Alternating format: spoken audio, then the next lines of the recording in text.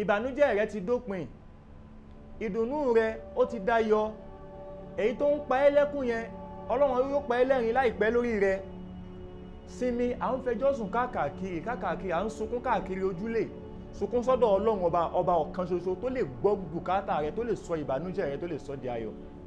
Ó wá mọ̀ nǹkan tó ṣe ń sìn, wá tẹ́wọ̀ rẹ méjèèjì báyìí, wọ́n nìkan ni ó dá wà nínú ilé, wá máa wí tẹ̀lé mi wípé Ọlọ́run ọba mi, mo máa ti fọ̀rọ̀ mi lọ́lọ́run lọ́wọ́, ọ̀gá àgbà tó ní sánmọ̀ tó nílẹ̀, gbèsè bí tòun mi kí n máa dààmú mọ́, gbèsè bí tòun mi kí n máa dààmú mọ́.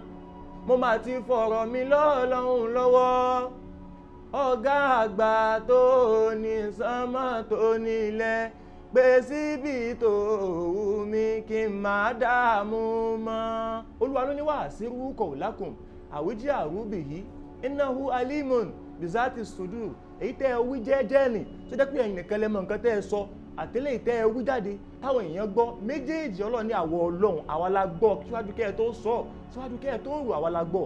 Ọba yìí ni ọba tí wàá wá fẹjọ́ ara rẹ̀ sùn pé Ọlọ́run jọ̀ọ́ dákun, nǹkan báyìí ń ṣe mí, jọ̀ọ́ dákun sẹ́rìn mi, ẹ̀rín mi má jẹ́ ó dẹkùn, ẹkún mi jọ̀ọ́ di ẹ̀rín. Mo wá fi umura tí Qiblatain International Travels and Tours tí wọ́n máa kó àwọn èèyàn lọ ní on the 26th of December nínú ọdún yìí, mo bẹ̀rẹ̀ fi ṣàdúà, mo fi pàtàkì umura ni mo ṣiṣẹ́ ní àdúà fún ẹ ní agbára Ọlọ́run.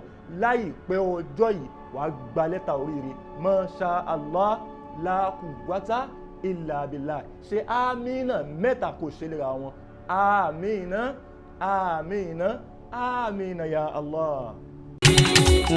Saoty ọgbọ́n Qiblatain ló dá mi lójú, tá ò bá lọ ń àjẹ́ àti múra tá ò dúpẹ́. Qiblatain International.